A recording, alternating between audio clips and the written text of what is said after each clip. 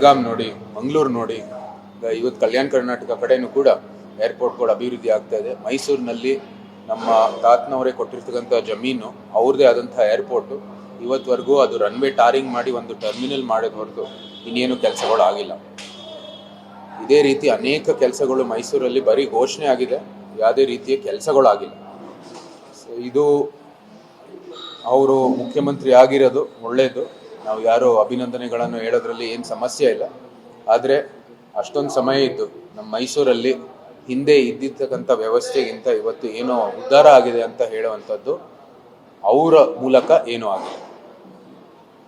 ಅಂದರೆ ಈಗ ಅವರು 7 ವರ್ಷ 239 ದಿನ ಇವತ್ತಿಗೆ ಒಂದು ದಿನ ಕಳೆದ್ರೆ 10,000 ದಾಖಲೆನ ಬ್ರೇಕ್ ಮಾಡ್ತಾರೆ. ಈ ಸಂದರ್ಭದಲ್ಲಿ ಅವರ ಇಷ್ಟು ವೈಫಲ್ಯಗಳನ್ನು ಕೂಡ ಬಿಜೆಪಿ ನಾಯಕರು ಲೆಕ್ಕ ಹಾಕಿ ಏನು ಸಾಧನೆ ಆಗಿಲ್ಲ ಅಂತ ಹೇಳಿ ಪ್ರೋಗ್ರಾಮ್ ಕೂಡ ಇವರು.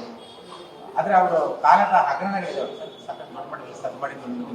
ಕಪ್ಚುಕಿಗಳು ಲೆಕ್ಕ ಮಾಡ್ತಾ ಇದ್ರೆ ಈಗ ಕಾಗೆಯಲ್ಲಿ ಕಪ್ಚುಕಿಯಲ್ಲಿ ಎಲ್ಲಿ ಹೇಳ್ಸೋದು, ಏನು ಮಾಡೋಕ್ಕಾಗಲ್ಲ. ನೋಡಿ, ಅವರು 11 ಎಷ್ಟೋ ಈಗ ಹಗರಣಗಳು ನಾವು ಉಲ್ಲೇಖ ಮಾಡ್ತಾ ಹೋಗ್ಬೋದು. ಮೂಡ ಇರ್ಬೋದು, ವಾಲ್ಮೀಕಿ ಹಗರಣ ಇರ್ಬೋದು, ಇವಾಗಲೇ ಗೃಹಲಕ್ಷ್ಮಿದು ವಿಚಾರ ಬಂತು ಆಚೆಗೆ.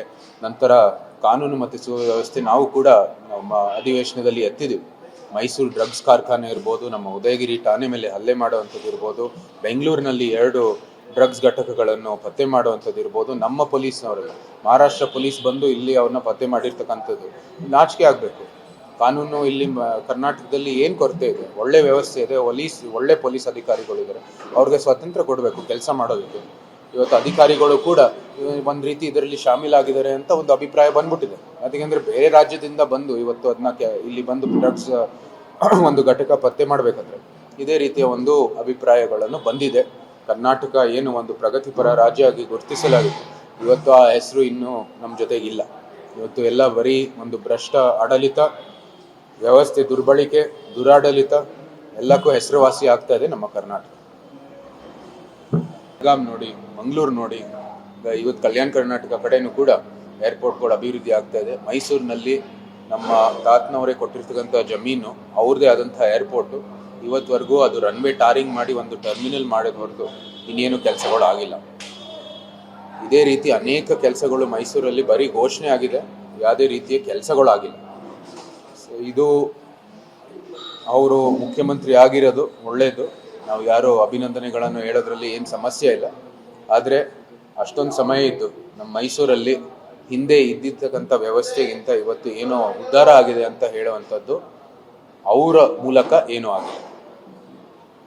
ಅಂದರೆ ಈಗ ಅವರು 7 ವರ್ಷ 239 ದಿನ ಇವತ್ತಿಗೆ ಒಂದು ದಿನ ಕಳೆದ್ರೆ 10,000 ದಾಖಲೆನ ಬ್ರೇಕ್ ಮಾಡ್ತಾರೆ. ಈ ಸಂದರ್ಭದಲ್ಲಿ ಅವರ ಇಷ್ಟು ವೈಫಲ್ಯಗಳನ್ನು ಕೂಡ ಬಿಜೆಪಿ ನಾಯಕರು ಲೆಕ್ಕ ಹಾಕಿ ಏನು ಸಾಧನೆ ಆಗಿಲ್ಲ ಅಂತ ಹೇಳಿ ಪ್ರೋಗ್ರಾಮ್ ಕೂಡ ಇವರು. ಆದರೆ ಅವರು ಕಾಲದ ಹಗರಣಗಳಿದ್ದಾವೆ,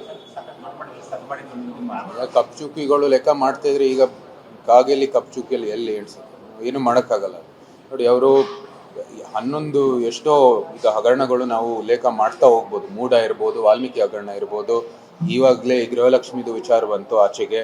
ನಂತರ ಕಾನೂನು ಮತ್ತು ಸುವ್ಯವಸ್ಥೆ ನಾವು ಕೂಡ ನಮ್ಮ ಅಧಿವೇಶನದಲ್ಲಿ ಎತ್ತಿದ್ದೀವಿ. ಮೈಸೂರು ಡ್ರಗ್ಸ್ ಕಾರ್ಖಾನೆ ಇರ್ಬೋದು, ನಮ್ಮ ಉದಯಗಿರಿ ಠಾಣೆ ಮೇಲೆ ಹಲ್ಲೆ ಮಾಡುವಂಥದ್ದು ಇರ್ಬೋದು, ಬೆಂಗಳೂರಿನಲ್ಲಿ 2 ಡ್ರಗ್ಸ್ ಘಟಕಗಳನ್ನು ಪತ್ತೆ ಮಾಡುವಂಥದ್ದು ಇರ್ಬೋದು, ನಮ್ಮ ಪೊಲೀಸ್ನವರೆಲ್ಲ ಮಹಾರಾಷ್ಟ್ರ ಪೊಲೀಸ್ ಬಂದು ಇಲ್ಲಿ ಅವ್ರನ್ನ ಪತ್ತೆ ಮಾಡಿರ್ತಕ್ಕಂಥದ್ದು ನಾಚಿಕೆ ಆಗಬೇಕು. ಕಾನೂನು ಇಲ್ಲಿ ಕರ್ನಾಟಕದಲ್ಲಿ ಏನು ಕೊರತೆ ಇದೆ, ಒಳ್ಳೆ ವ್ಯವಸ್ಥೆ ಇದೆ, ಒಳ್ಳೆ ಪೊಲೀಸ್ ಅಧಿಕಾರಿಗಳಿದ್ದಾರೆ, ಅವ್ರಿಗೆ ಸ್ವಾತಂತ್ರ್ಯ ಕೊಡಬೇಕು ಕೆಲಸ ಮಾಡೋದಕ್ಕೆ. ಇವತ್ತು ಅಧಿಕಾರಿಗಳು ಕೂಡ ಒಂದು ರೀತಿ ಇದರಲ್ಲಿ ಶಾಮೀಲಾಗಿದ್ದಾರೆ ಅಂತ ಒಂದು ಅಭಿಪ್ರಾಯ ಬಂದ್ಬಿಟ್ಟಿದೆ. ಅದಕ್ಕೆಂದರೆ ಬೇರೆ ರಾಜ್ಯದಿಂದ ಬಂದು ಇವತ್ತು ಅದನ್ನ ಇಲ್ಲಿ ಬಂದು ಡ್ರಗ್ಸ್ ಒಂದು ಘಟಕ ಪತ್ತೆ ಮಾಡಬೇಕಾದ್ರೆ ಇದೇ ರೀತಿಯ ಒಂದು ಅಭಿಪ್ರಾಯಗಳನ್ನು ಬಂದಿದೆ. ಕರ್ನಾಟಕ ಏನು ಒಂದು ಪ್ರಗತಿಪರ ರಾಜ್ಯ ಆಗಿ ಗುರುತಿಸಲಾಗಿದೆ, ಇವತ್ತು ಆ ಹೆಸರು ಇನ್ನೂ ನಮ್ಮ ಜೊತೆಗಿಲ್ಲ. ಇವತ್ತು ಎಲ್ಲ ಬರೀ ಒಂದು ಭ್ರಷ್ಟ ಆಡಳಿತ, ವ್ಯವಸ್ಥೆ ದುರ್ಬಳಕೆ, ದುರಾಡಳಿತ ಎಲ್ಲಕ್ಕೂ ಹೆಸರುವಾಸಿ ಆಗ್ತಾ ಇದೆ ನಮ್ಮ ಕರ್ನಾಟಕ.